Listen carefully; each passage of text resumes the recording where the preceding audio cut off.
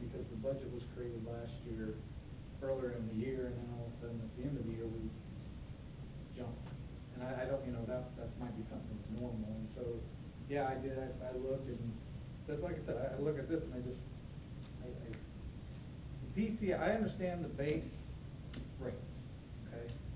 And I understand that the PCA base is included in those rates. Mm-hmm. However, the PCA base cannot be included in all of the rates because a lot of the rates are not high enough, so only the PCA adjustment, which tells me that either the residential and some of the commercial ones are picking up some of that PCA base charge and being distributed. And that's probably what you're saying, is we're distributing more of that PCA base to the residential and the commercial, and then the adjustment's just there over the whole system for the monthly PCA adjustment. But the actual PCA base is adjusted throughout the rates of, so residential PCA base might actually be 7 cents, and there's no PCA base on say the school. No, the PCA base is everybody gets it the same. But what you're jumping on is like this, whatever it was. Well, you can even do it at the resident with electrical heat, And I guess maybe. So when it's the 4 cents, and you're like, well, the base is 5.37. Well, how can we charge 4.8 if we're losing money, right? We are. On those kilowatt hours over 800 kilowatt hours, on those however many customers we have. So yes, at the end of the day, you'll have a spreadsheet with, for this 352 customers that used 937 on average kilowatt hours, we lost this many dollars. And over here, with commercial, because of the demand charge, we gained this much extra, or we lost this much, whatever. And all of those, at the end of the day, come out to 0. But the demand charge is actually picking up for the rate? It depends. Some of these, the demand might be helping for the rate, and in other ones, the demand, they might still be low. The only way to know that is to run through that group all the way through the process. So, and we do not have those tables included here. Well, and I understand that's one of the That's a big about the analysis. PCA, it's just trying to understand. Okay. I mean, and again, just as on somebody in the billing side of this, yes, I hope that that's revisited, that we can put together a rate committee, and go back through those and look at what needs to happen in those rates. I think we were making great progress and, it got kind of sideways, so I think it's real important that we do that, so. I have one final question, sorry. Mm-hmm. When were these numbers formulated? Is that on the February of 14? This is actually, the January 2015. I'm sorry. So if you looked I at didn't see a that. January bill, sorry, and it's a running total, so the year's not actually on the sheet I gave you, but it is. No. The ordinance. Oh, the ordinance, I'm sorry. Most of these are 2004. Oh, okay. So when was Some of them, when I was think, this have been be- changed a few times. We adjusted them with the base rate, but those numbers, you wanna know what those Right. are? Yeah, when 2015, so this January, Okay. so if you went and looked at a January utility bill, you'll see a little note on there that your power cost adjustment was, and it would match up to this number too. And Okay, then so you can see that. when did we come up with the base rate of 5.3? Oh, that was actually incorporated in March of 2013. That's what, okay. So that's when we approved that in November or December of 12, and then tried to roll it in January, and I think it got delayed slightly, and then it takes another month by the time all the customers actually see it because of the different billing cycles, so you're talking 3 months to roll it out. Got it, okay. Thank you. Good questions? Are there more? What's that? I mean, Oh, and yeah, It'll be If around. there and is the bills. something, we can. They are, but it's more related in that, like you guys said, how the rates are actually calculated and how this other, because I don't see how you can adjust the PCA base over here. You can adjust it without adjusting the rates in the ordinance, because it's now an ordinance, so we have to do a new ordinance in order to adjust the rates if you adjust the PCA base. And I will tell you, because the resolutions that were passed, under the EUB and then the utility advisory board, my understanding is that, that anything that would change, is gonna have to go through that. And so an actual rate change where we're gonna change what we're billing the customer at this point, would have to go before the city council. And so, So if you wanna think of it, you change, that rate got created in March 2013, rolled out, right? If we change that PCA to, let's say, 6 cents, then that would have to be approved. Yeah, because the By- rates here have to change. Right. Well, or do that. If we were making too much money, per se, then you could not change these numbers and just eat more costs. Or we lowered our, expenses somehow. But in reality, we're probably, if that goes up, these probably go up. But in order to make a big adjustment, though, you'd be adjusting only the monthly PCA adjustment, so instead of being 0.3 cents, you're talking about making it a cent and that's getting back And into so where you you guys do are a- trying to avoid Right. making the big swings in rates, and I understand that. Right, once that number starts So I don't- creeping up, we would try to You change can't the change the base. PCA base without changing the ordinance. correct. Correct. And if, I feel like if you're ready to look at that, you're more than welcome to, but there is a lot that goes into it, and I don't know that, without a director in seat, and that's a lot to hit him up with, or her, when they come in, like, oh, by the way, we really want this to happen, we've done the research, I think, there will be a lot already on the plate, but something that, would love to have out there that says, we'd like to put this committee together and go forward, and this is why, and that base rate is part of that important structure, and I was gonna say too, I'm available, for those, I'll tell you what, there's so much stuff in those rate studies, like I have a copy of the 2004 one that kinda show the unbundling of that, but if you wanna look me up, I'm here at City Hall in the Finance Department, Customer Service. Or any comments on your bills, that's me. I need to mark out 4 hours. Yeah. What's that? I need to mark out 4 That'll hours. get you through the first 20 pages. Sometimes I'm on the phone that long, so it's okay. That's my title, customer service. My bill was low this month, so Okay, so all of that information was so that we could approve the ordinance that does not even spell out, this is just the worksheet that we got, okay? Got it. It's just to say that that's how it got calculated and whatever, and these rates that we already have will stay. So, is there a discussion on that? Any more discussion? In other words, this is I'm glad it was educational, but this actual agenda item is a paper, we're cleaning up, we're just getting it back into the ordinance. Oh, okay. Yeah. Okay, we're not actually Housekeeping. changing anything. So yes, I apologize, because it was questioned, in December, and so I think the person that actually questioned it is no longer here. So you guys just got his lesson, possibly in base rate and power cost adjustment, so. I won't name any names, because I don't want to hunt them down, so. unfortunately, that was one meeting I missed. It's okay, that we tabled it for this, let's just move Yeah. Thank you. Does it say in the ordinance that the PCA is included in the rate? It's on the last page, if I remember right? No, second to last page. It's 1325.50. It's with, Power yeah, cost page adjustment. 3. But the base, It does not spell out what the base is. Because it is, well, we could put the base rate in there, because it's recalculated and hasn't changed. But then we'd have to come back and we'd have to change this again, right? Yeah, which is the intention. Yeah, there's really no reason that the base rate couldn't be in there, that I can think of off the top of my head. Right? I don't know why this couldn't be.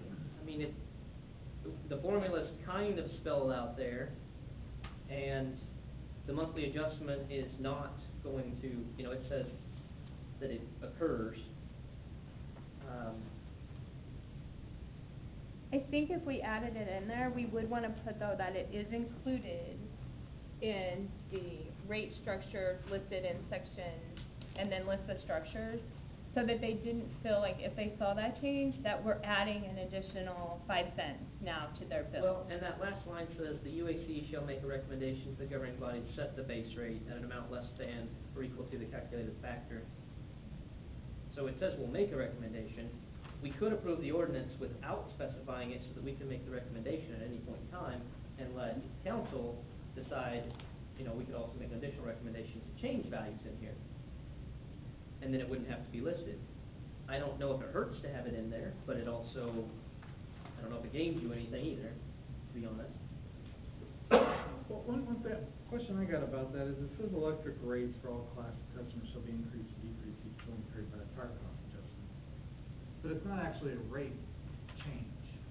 It's its own line. The power cost adjustment, no, it is not a rate change. It is its own line on the It's its bill, own yes. line. I just wonder if it should be electric rates or increased or decreased. That's the outcome of it, I understand. I think the electric rate there probably could be reworded to say, electric bill cost, or something The rate like that. itself isn't changing. Right, it's not the rate, it's the amount of your bill.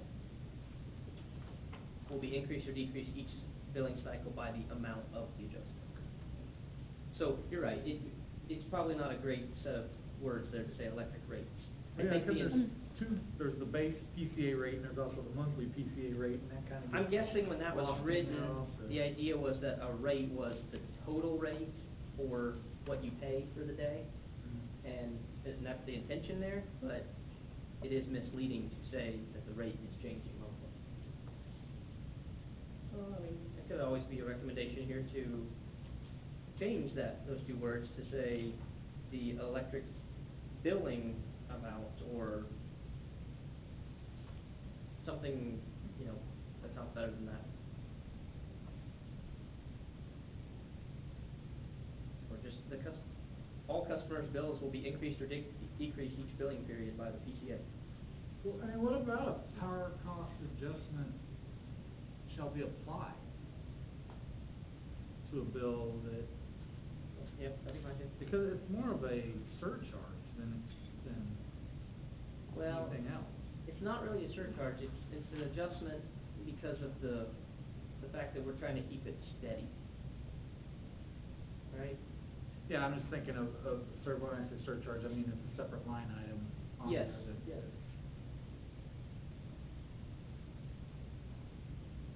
I So if we look at don't think anybody's changing gonna that- look at it and honestly figure it out anyway, so that's Well, a class to get there That first anyway. line, if we'd like to wordsmith Sounds it, that good. probably wouldn't be the end of the world. I No, don't not- see the need to adjust it. Well, I think it needs changed because it's not a change to the electric rate. Okay. It's not a rate. You could just go with what you said, each billing period, all customers' bills will be adjusted by the PCA. Something like that. In other words, there is this PCA thing and everyone is, exposed to it. I mean, that's what that line's supposed to say there, basically. Your bill will change because of a PCA and it applies universal. So, whatever sounds good that achieves that. Yeah. And if I could just finish on it, Megan, if we could change it more like to electric charges. Charges, there Again, you go. because, We need a billing person. well, your bills are gonna have water and wastewater on it, and so if we put your bills are, and then, so then we're talking about a, power cost adjustment, then they're like, what am I paying that on water and sewer consumption too? So I do think if we change that, it should be that, electric charges will include your, maybe, your monthly electric charges will include. Well, yeah, you could just change rates to charges, You're right. Yep, so, and that's good. so if we did that, so electric charges for all classes of customers shall be increased or decreased each billing period by the amount of a power cost adjustment. And so, okay. Is the PCA base published anywhere? It was in the ordinance. And so, I mean, thought it when was we just- passed it by, the actual ordinance, and then they took that out, by resolution, And so, yeah, that's when it was taken out. And given that, yes, it would be. Does it need to be published? I don't know if it does, because ultimately there's the rate that the customer is paying, and then this is trying to say that there's this adjustment, and, you know, it is. We could, I guess my only fear would be that they can't see it in writing, and they say, well, what are you doing, making this up every month, or? well, the kicker is, they would, the base rate, they wouldn't see in the, anyway, no matter what in their bill, right? The base Well, they rate's could built come back into to the this, rate. they could come back to this and say, it's right here. Right, but there's nothing on your bill that you can point that to, right? The number, the PCA charge that you're gonna have on your bill is gonna be that monthly adjustment, which is PCA, gonna be yeah. recalculated every month, you'll never have in here. Right. So the base rate is a number that's absorbed in that total rate that they can't do anything with anyway. Okay. So that's why it's kind of, yeah, it could be in there, but, Doesn't matter. yeah, it's kind of 6 1 half dozen. It doesn't need to be in there, I just don't. And I do know when we changed it and we sent out the notice, to all the customers that was in the insert of their bills, we did actually put what that base rate was and what it was changing to, and then, you know, how it affected their bill, but, And then how many calls did you get after that? a lot. I built that up, right? So, Yeah. yeah, so, we showed a lot of calculations, so we actually just created a spreadsheet to be able to put their kilowatt hours in the month before process, so that we could shoot them an email and say, so here's how it worked, and so that actually created a lot of, you know, kind of took some of the confusion away, but again, I've worked in TCA for 14 years, and it is still confusing, so. There's some encouragement. Yeah. And so, Remember, yeah, that's so what yeah, remember, exactly. And like he said, this is part of the the rate. easiest Wait, part this of is a the hard rate. stuff. Yeah, the rate study and the The PCA, unbundling you, is, you paid for it already. Right. Wait till you figure out how to charge for it. yeah, so. Okay, so, do we have anything, or any more discussion? Okay, I would entertain a motion. Make a motion to approve board recommendation of the city council to adopt an ordinance reincorporating electric rates in the Title 13 of the Gardner Municipal Code, with the changes that we've discussed. Yeah. To clarify, we're changing rates to charges. Correct. Okay. Do you need the 1325? No, okay. Second. I have a motion and a second, any further discussion? All in favor? Aye. Aye. Motion passes. Thank you. Thank you very much. Now, this is recorded, so somebody else can go watch this and play it over and over and over. Yeah. Try to figure it out. We just came out with a big YouTube video on it. Brian, how are you? I'm confused. Are you glad you're in water? Yes, I am. Good evening. This is the first time you'll have seen something like this, as you've always been from the electric side. Now that we've incorporated water and wastewater, little background, we do take our water from Hillsdale Lake. We're a surface water plant. If you've been fishing at Hillsdale, you know it doesn't look necessarily like clean drinking water.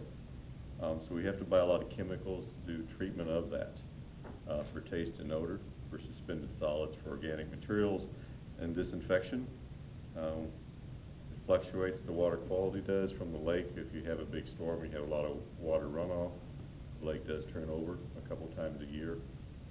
So we do have to be, have a lot of chemicals on hand, and we do go through a lot of chemicals each year. Each year in the past, we have been going out to bid for chemicals that we do use. In 2015, we modified the bid documents to allow the city the option of using the same supplier for up to 3 years.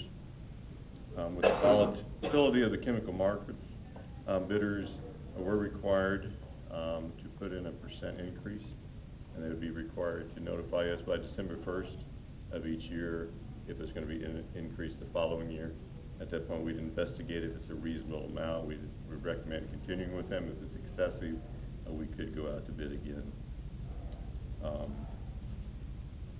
This year, notices were sent to 27 chemical supply companies, and 6 companies submitted bids. We are recommending for the chemicals 4 different suppliers. Geo Specialty Chem for ACH, which is aluminum chlorohydrate, Univar USA for caustic soda, DPC for fluoride and ammonium sulfate, and Brentag for chlorine, activated carbon, sodium permanganate, and a solution of cannatotic polymer. We have to make a lot of assumptions when we do this, how much we're going to use. We kind of have a track record. If it's a year, it's kind of a wet year, we won't use as many chemicals. If it's a dry year and our water volumes are up, we will use more. We estimated this year that we're going to be using about $270,000 in chemicals for water treatment. We hope we're less than that. The actual budget included $249,000, so about $21,000 over what we budget. We don't buy these all up front. It's not like we're going to go out and buy $270,000 worth of chemicals. Just gives the authorization as we need them to purchase them. So, I'd certainly be happy to answer any questions. We did include a bid tab with it. One thing you might see on the first line of the bid tab, under Geo Specialties, there's a number 1 and number 2 on the far right of the bid tab. We're not recommending number 2, it's a little bit cheaper, but that's a different variant of ACH that we haven't tried through our plant yet.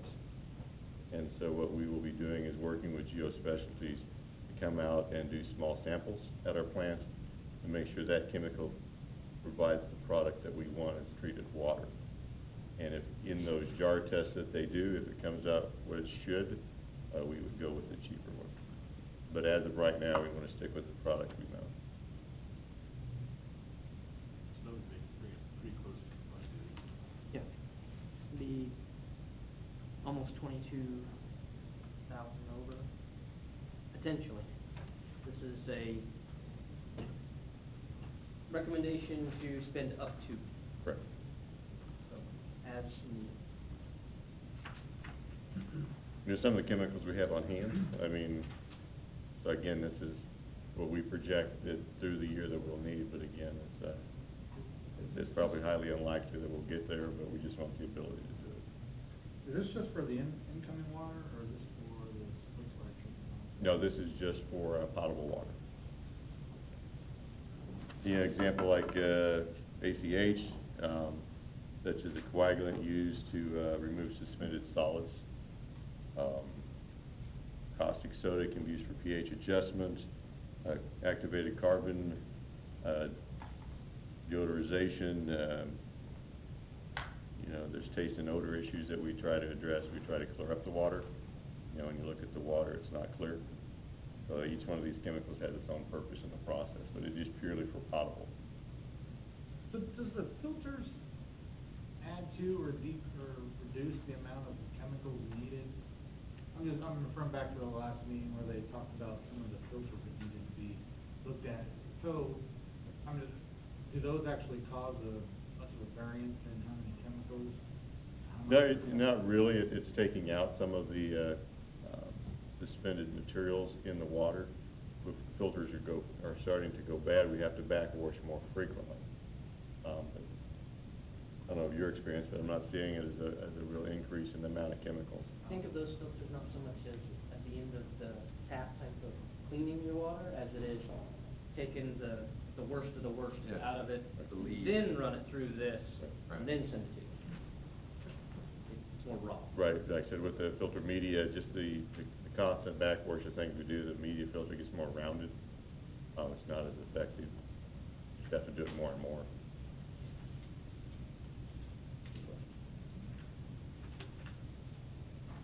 Further questions? What happened to chemical number 9? Nobody bid it. Do we need it? Yeah, Actually, we do have, I believe, 9 bags on site. We get it by pallet. It's actually a very cheap one. It's within my spending authority. So it's one of those things where nobody bid it, we'll win, and if we need it, we can go out and buy a pallet of it. So I would say each year we're probably gonna spend less than 5,000 on that.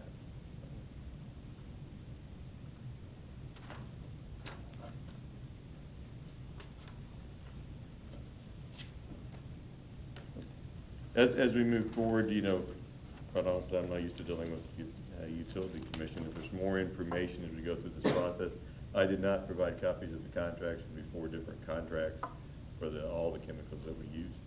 If that's something you'd like in the future, I'd be happy to do that. Still, what level that you would like to see from staff.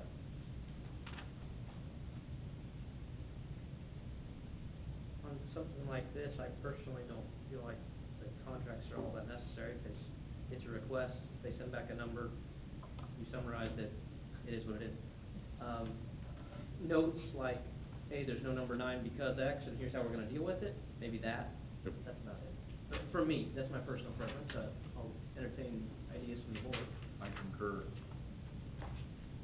If there's something more involved, you know, when we're talking about replacing a motor, or, hey, the filter media, the study says, you know, 24 inches went down to 12, here's why, blah, blah, blah, you know, maybe that, that's it, just numbers. I'm good.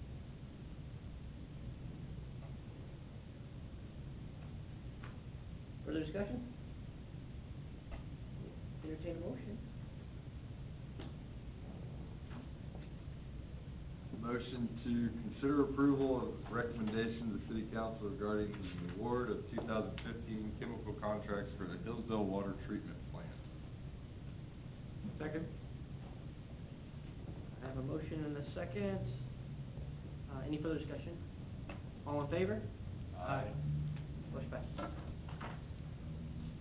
Thank you, Brian.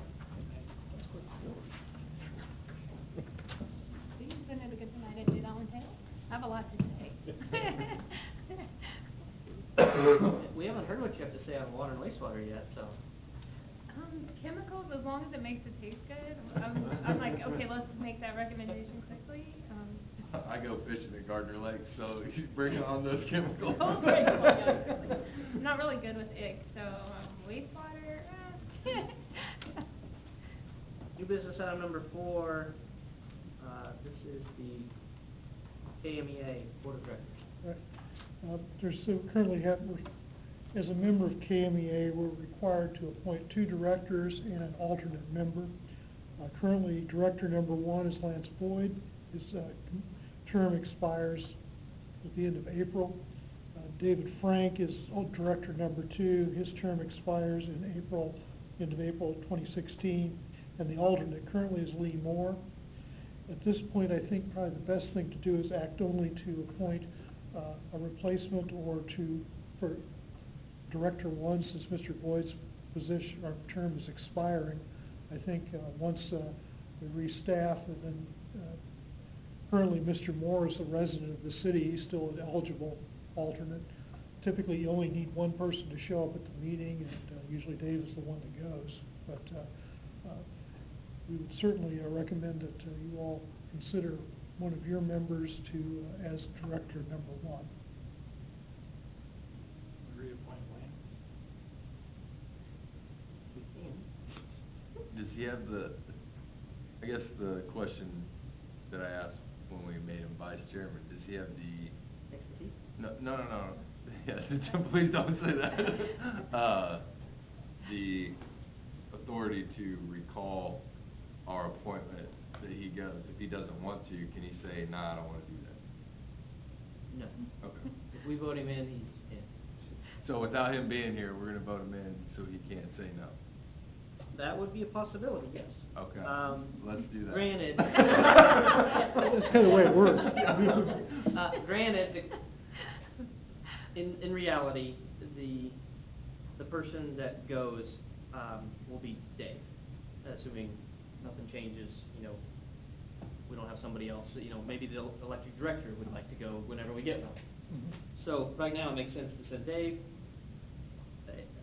One of us could go with Dave, you know, carpool down there and hang out for the weekend, pay attention, learn something. Lance, in the past, went to these meetings anyway because of his job. Oh, yeah. Which was one of the reasons we thought, hey, this is great, put Lance there. And then Lee, said he would be willing to be the alternate in case either could not make it.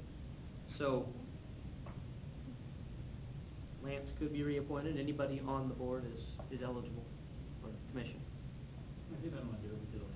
And I'm pretty sure there's no stipulation as to that it even has to be a commission member, so we could have Bruce, if we would like, or someone else, you know, if we get a staff engineer one day, or a compliance officer, might be applicable.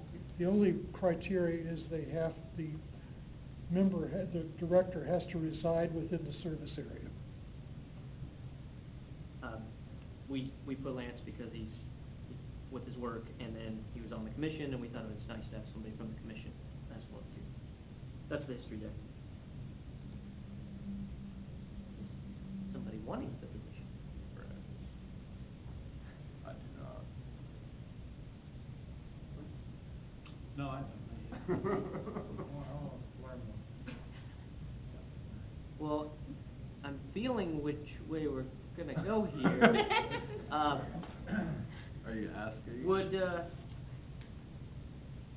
Green, would you have a problem with, and you guys speak up if you think this is a bad idea, of if we tabled this until the April meeting so that we could get Mr. Boyd's buy-in? That would be fine, because if you did the It'd still April be meeting, before. you'd still be able to have council action prior to April 30th, so that would be just fine. I mean, if we want to go ahead, we can, but if somebody thinks about maybe tabling it, that's a possibility. I make a motion to table it. Second. All in favor? Aye. It is tabled. Okay. Thank you. Thank you.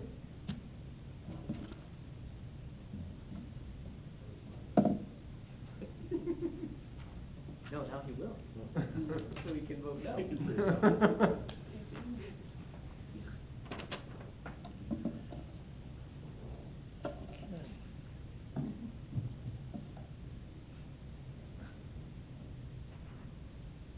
Discussion items, expense reports. And on this one, obviously this is January. Do we have the 100% final numbers from 2014 yet? We do have those, just came in and were put together today, actually. Okay. So maybe we can look at those next month, just as Yes. a final cap? Correct. Okay, perfect. Nothing really of note here.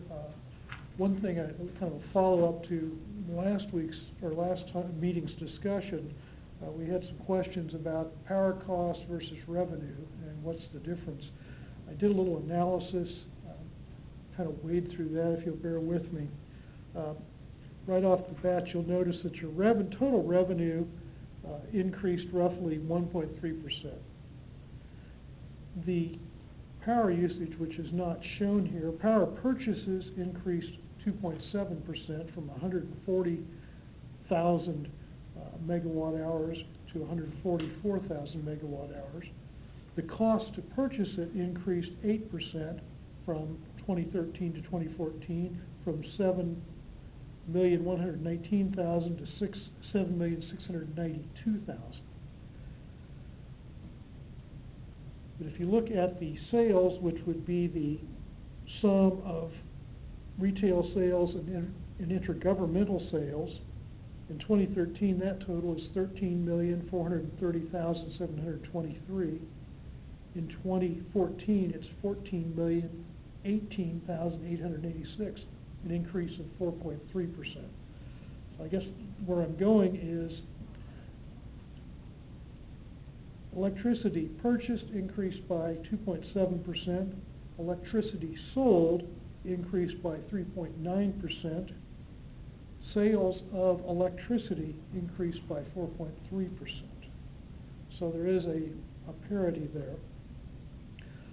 The difference between electricity purchased versus electricity sold for both years is running, basically, we sold roughly 94% each year of what we bought. So that's just taking into account your losses, line losses, by some metering, that's probably mostly in your line losses.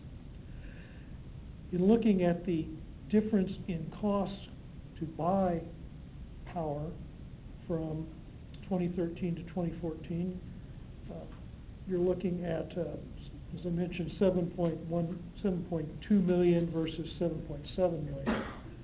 Cost difference is roughly $74,000. It's made up, the cost to purchase power from GRDA increased by $216,000. The cost to purchase power through the EMP, which is a combined billing, which includes basically our line losses, transmission costs, it increased $364,000. The big difference with GRDA is the power cost adjustment went up because they're slowly shifting from coal-fired assets to gas-fired assets, and their power cost is going up, which makes up most of that cost increase. For the EMP, which is the power pool we're in, it's the Energy Management Project 1 through KMEA.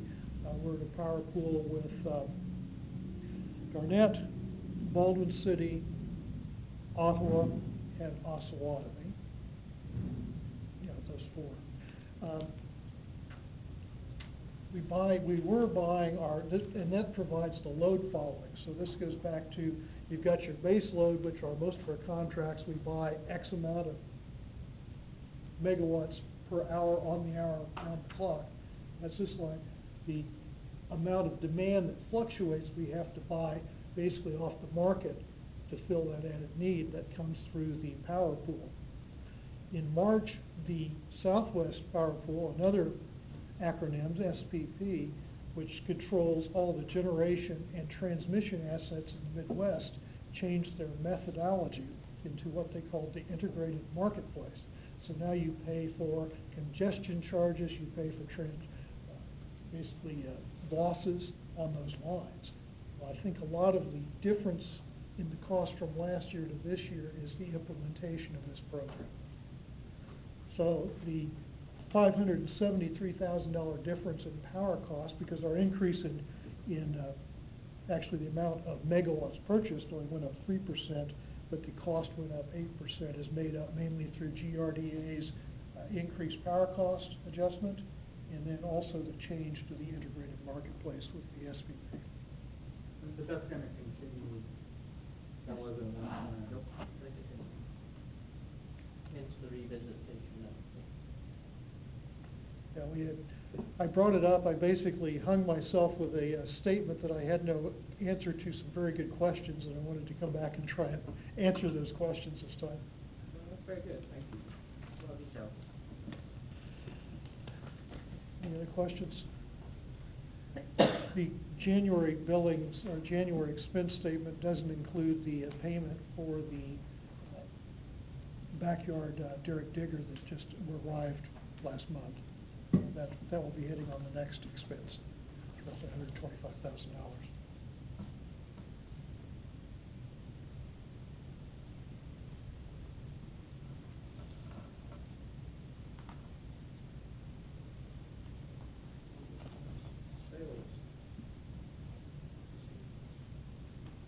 Yeah, so far. So there's lots of things that play into these numbers. The top, if you notice, from 2013 to 2014, your penalties dropped by several $100,000. That's when we switched from the way the penalties were collected. It only went to electric, but so you paid your bill and you had a late charge. Well, the system was set up to give it to electric, and then there was, oh, that's not really fair. It needs to go to electric, water, and wastewater, so it gets split. So that was that redistribution. Then you have people trying to be green. You have if the weather is warmer in the summer versus colder in the winter, well, you're going to use more versus if it's not. The market changes, and then when Amy brought it up and Dave just brought it up, our line, when we talk about wholesale power contracts, we'll talk about this more, but we buy firm capacity. It doesn't matter if we use it or not, we pay for it, okay? Now, our contracts are low enough in that usage amount that we always use that amount. But each month, the amount we use, it varies, right? And that's just life. But we also have additional contracts that say we'll buy up to here load following, And then, at the very worst case, we'll turn on our generators and EMP one will run, and we'll get it straight from the market out there. Well, each of those has a different cost, and different months, you know, obviously you're above that curve, and other months you're below that curve, and so on and so forth. So, a lot of all of this is trying to average it out. Right. Any other questions? Okay. Project updates? Just kind of run through a few items, at least from the electric side. Obviously, we opened bids on Transformer One.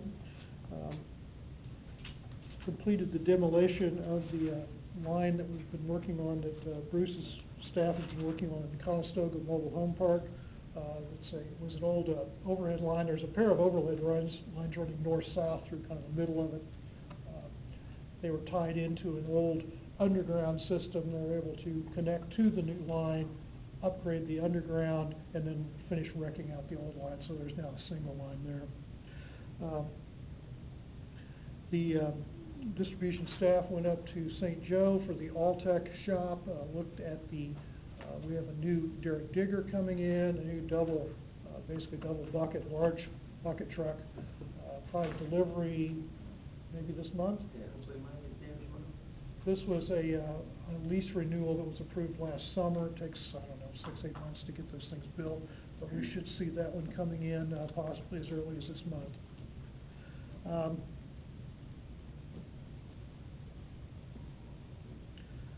Basically, council did approve that extension to the Western Area Power Authority contract on the 16th, and we've got that delivered to KMEA on the 17th. This is an extension. We have 0.7 megawatts power, and this is an extension of that from out to 2054.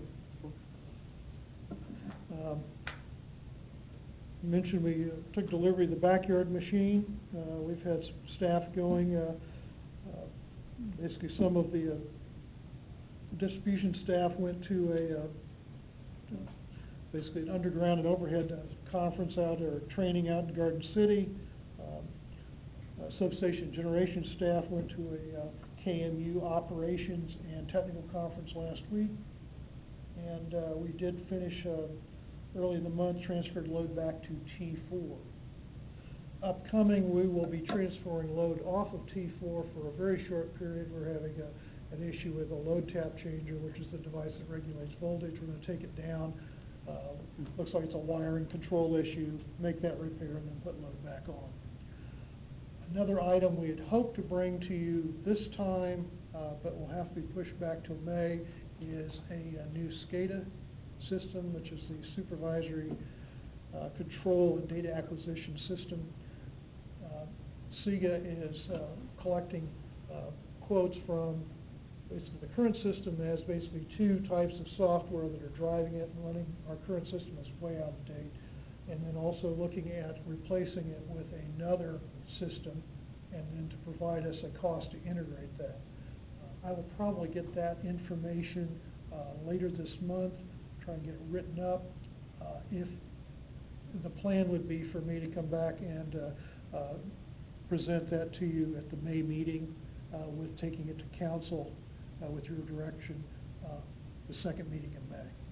Do you know how, if they can get a bid with like an additional option on it that specifies, here's just the upgrade to a new SCADA system, here's SCADA plus the integrated maintenance type logging information that we were talking about potentially using from the Burns and Mac guys that we could utilize over for performance data and whatnot? We haven't gotten that far. We're actually just looking for SCADA only, and then I think that maintenance logging system is something we'll have to address separately. I don't know where you guys are at on it, but we haven't had a chance to really work with it yet. Brian, are you guys looking at that right now too? Just getting started. Our finance department's actually programming, it kind of got a 5-year CIP within those assessments, and they've actually been working with me and Dave and sitting down and going through that 5-year CIP and actually programming that in. We want to get that maintenance software now. Right, sooner than later. And so we're going to push forward on that. So it sounds like then there's some synergy there on making sure that maybe we can get a discount if we get two systems or easy to read between the two. Right, I Okay. think the Right, SCADA. there actually are a couple city works, there's another one or two out there that actually, all three utilities can use the same thing. I know the actual SCADA itself will be separated, but Right. for the maintenance side of it, and it can tap in, okay. All right, great. Right. And the SCADA, we have some money in the IT budget for that, and I think the rest of it don't even have a cost on it, but the rest of it would be a very appropriate use for the, capital equipment reserve fund. Because this is replacing an existing system that's defunct. But, plan will be to bring that to you for the May meeting. And, only other item I have is I think Cindy may have forwarded to you all a notice from the city clerk regarding, basically it's liability for public officials. There's a training, it's at the May 4th city council meeting. If you can attend that, otherwise they will have a makeup session. But does Jeannie want responses? Okay, so I guess you either respond to Jeannie or respond to Cindy, and then she can get that to Jeannie. And that's Third, fourth. May 4th, it'll be the first Monday of May. Well, no, ours will be I think your meeting is May 7th. That's all I have. Brian, do you have anything to add? The only thing they have would be, on our north lift station, we have a big, above-ground surge tank or overflow tank. We awarded a bid last year for a lot of concrete work and then recoating the inside. The weather turned south on us, we got the concrete work done, but not the recoating. Temperatures have to be basically 50 degrees or above for a period of time. Looks like next week we may have that, and so we hope to get the contractor back. He has to blast the interior, prime it, and paint it. But hopefully we get that done in a couple weeks, and then that project is about $200,000 to be done. That's limited. Questions from the commission? Entertain a motion for adjournment. Make a motion to adjourn? All in favor? Aye. Meeting is adjourned. I don't know when my gal is.